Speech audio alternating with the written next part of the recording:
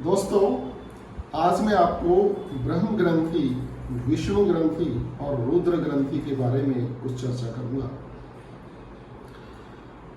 हमारे शरीर में अनेकों ग्रंथियां हैं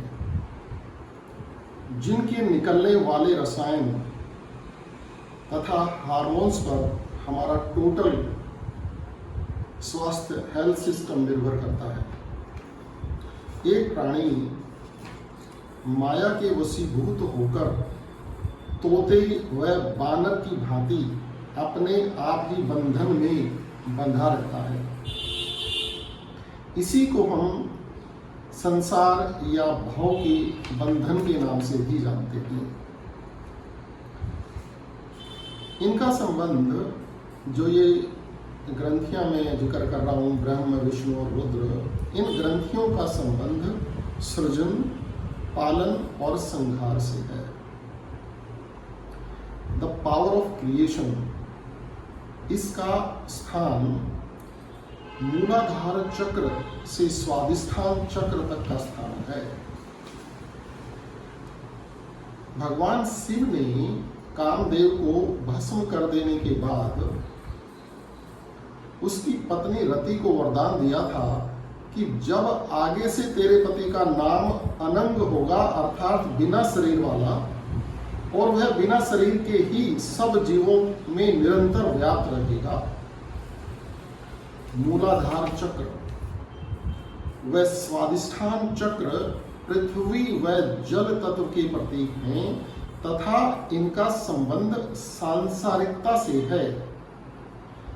जब तक ये दोनों चक्र सुषुप्ता में होते हैं तब तक व्यक्ति काम तृष्णा से पीड़ित रहता है। जब साधना के माध्यम से इन दोनों चक्रों को जागृत कर लिया जाता है तब ब्रह्म ग्रंथि का भेदन हो जाता है और व्यक्ति इस प्रथम पहले बंधन से मुक्त हो जाता है। इस ब्रह्म नाड़ी को जागृत करने के लिए हमें मूलबंध का, महामुद्रा का, कपालभाति का और ध्यान का अभ्यास करना जरूरी है। दूसरी ग्रंथि का नाम है विष्णु ग्रंथि। विष्णु पालन करने वाली शक्ति है, द पावर ऑफ एग्जिस्टेंस। पहली ग्रंथि जो ब्रह्म ग्रंथि थी, that was the power of creation. Now ये जो दूसरी ग्रंथि है विष्णु ग्रंथि, this is the power of existence. इस ग्रंथि का स्थान हृदय क्षेत्र है। मणिपुर चक्र से अनाहत चक्र तक यह स्थान होता है। मणिपुर चक्र अग्नि तत्व का प्रतीक है। भोजन के पचने पर ही हमें ऊर्जा की प्राप्ति होती है, जिससे हमारा जीवन चलता है, हमारे शरीर का पालन होता है। अनाहत चक्र मुख्य प्राण का केंद्र है। अनाहत चक्र प्रेम, प्यार, ममता, दया, करुणा, मैत्री का प्रतीक है। जब तक मणिपुर चक्र व अनाहत चक्र सुषुप्ता में रहते हैं तब तक व्यक्ति भाव तृष्णा से पीड़ित रहता है, अर्थात धन दौलत, शारीरिक बल, सुख के साधनों व संसार की चकाचौंध की तरफ आकृष्ट रहता है। इस प्रकार यह विष्णु ग्रंथि भी हमारे संसार बंधन का दूसरा कारण बनती है। इस ग्रंथि को जागृत करने के लिए, विष्णु ग्रंथि को जागृत करने के लिए पादोत्तानासन, सुप्त वज्रासन, अग्निसार और भस्त्रिका प्राणायाम करना विशेष लाभकारी माना जाता है। तीसरी ग्रंथि का नाम है रुद्र ग्रंथि। शिव ही रुद्र कहलाते हैं। रुद्र ग्रंथि का स्थान विशुद्धि चक्र से आज्ञा चक्र तक का स्थान है। आज्ञा चक्र हमारे मस्तिष्क में स्थित है।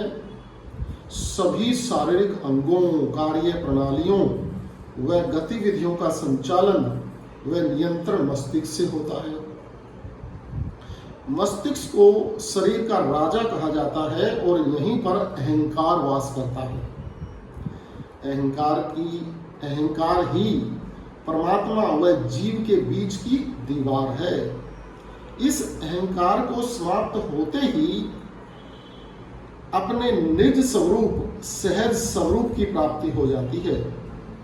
जब तक विशुद्धि चक्र व आज्ञा चक्र सुषुप्ता में रहते हैं, व्यक्ति विभव तृष्णा से पीड़ित रहता है। धन का, बल का, सौंदर्य का, यौवन का, पद का, विद्या का, ज्ञान का झूठा अभिमान भीतर बना ही रहता है। आज्ञा चक्र के जागृत होने पर यही कल्पित झूठा अहंकार समाप्त हो जाता है तथा साधक मृत्यु से अमृतत्व की ओर बढ़ जाता है, जिसे हम कहते हैं मृत्योर माम अमृतम गमे, साकार हो जाता है। यही रुद्र ग्रंथि का भेदन है। इस ग्रंथि को जागृत करने के लिए हमें कपालभाति, भ्रामरी, ओम व गायत्री मंत्र का जाप और ध्यान का अभ्यास विशेष लाभकारी माना गया है। Thank you very much.